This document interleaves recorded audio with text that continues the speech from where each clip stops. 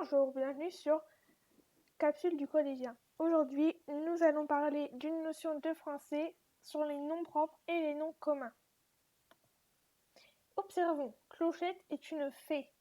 Newton est un philosophe. Ottawa est la capitale du Canada.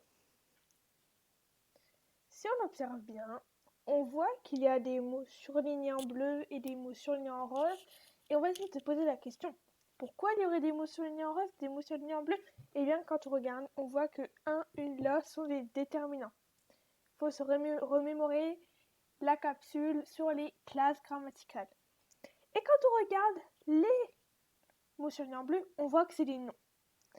Clochette, Newton, Ottawa, fée, philosophe, capitale, Canada. Mais pourquoi il y a des noms avec un déterminant sans majuscule? Pourquoi il y a des noms sans déterminant possédant une majuscule? On va voir tout ça. Il existe deux types de noms, les noms communs, les noms propres. Pour mieux comprendre, on va voir un exemple. Tous ces animaux sont les chiens. Chien, ça va être leur nom commun. Tous ces chiens vont avoir un nom propre, ça va être leur prénom. Leur prénom est donc un nom propre, Pluto, Scooby-Doo, Minou.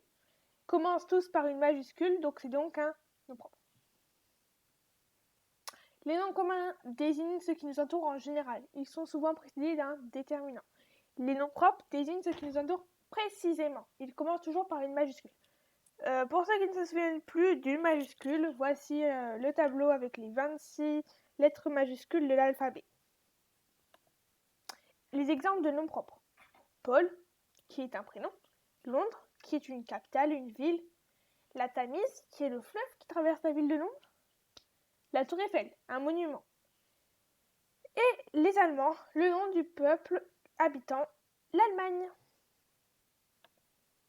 Exemple de nom commun. Le vétérinaire, un éléphant, un pont, les fleurs, une jupe.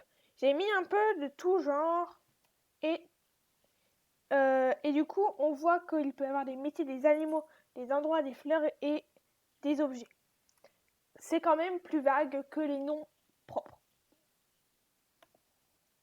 J'espère que cette capsule vous aura été utile. N'hésitez pas à vous abonner à cette chaîne en cliquant sur le rond qui apparaît au milieu. Si vous avez une question sur la notion, n'hésitez pas à le marquer en commentaire.